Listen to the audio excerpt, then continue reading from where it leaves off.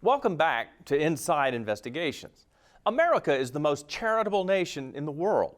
People like you and I give an average of $2,000 a year to worthy causes.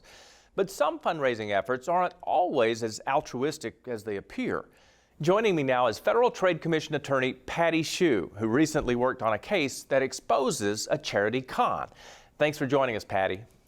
Thanks for having me. Tell us about the case. The case we're talking about today is Outreach Calling, Inc. It's a case that the FTC and 4 of our state partners brought against a number of defendants for essentially running a fundraising scam where they were fundraising on behalf of numerous sham charities. And the way the scam worked was the telefunder, which was Outreach Calling, Inc. in this case, would reach out to consumers by phone. So usually you get a phone call, and they would tell the consumer that they were fundraising on behalf of, insert your charity of choice here. And essentially, after they make their pitch, if a consumer says that they would be willing to donate, they then send them a mailer in the mail where they say, okay, please now submit your money by check. So what makes this a scam? Essentially, the reason it's a scam is because the vast majority of the funds that are donated don't actually go to the charitable programs that they're promising. So for every dollar a consumer donates, only about 10 cents of that dollar goes to the charity itself.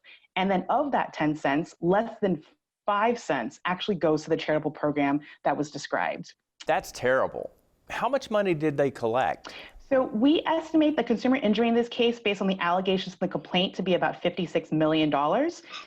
And they did fundraise nationwide. So this is from consumers from every single state. Will any of the people who donated get their money back?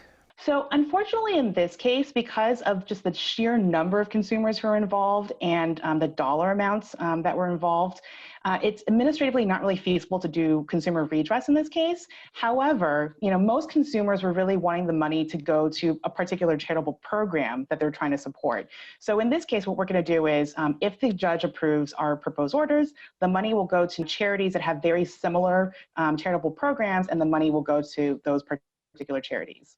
Patty, this sort of scam happens all the time. In fact, I dressed up as a Santa back in July and was able to convince drivers to donate to a fake charity. It was so easy to gain people's trust. What do folks do to make sure they don't get duped? So what we really ask consumers to do is that if they get a call like this or they get any sort of mailer asking for donations, do your due diligence. Really look into the charity that you're thinking about donating to and make sure that it's a legitimate charity and a charity that's, really doing good. That's great advice. Thanks, Patty. Sure, no problem.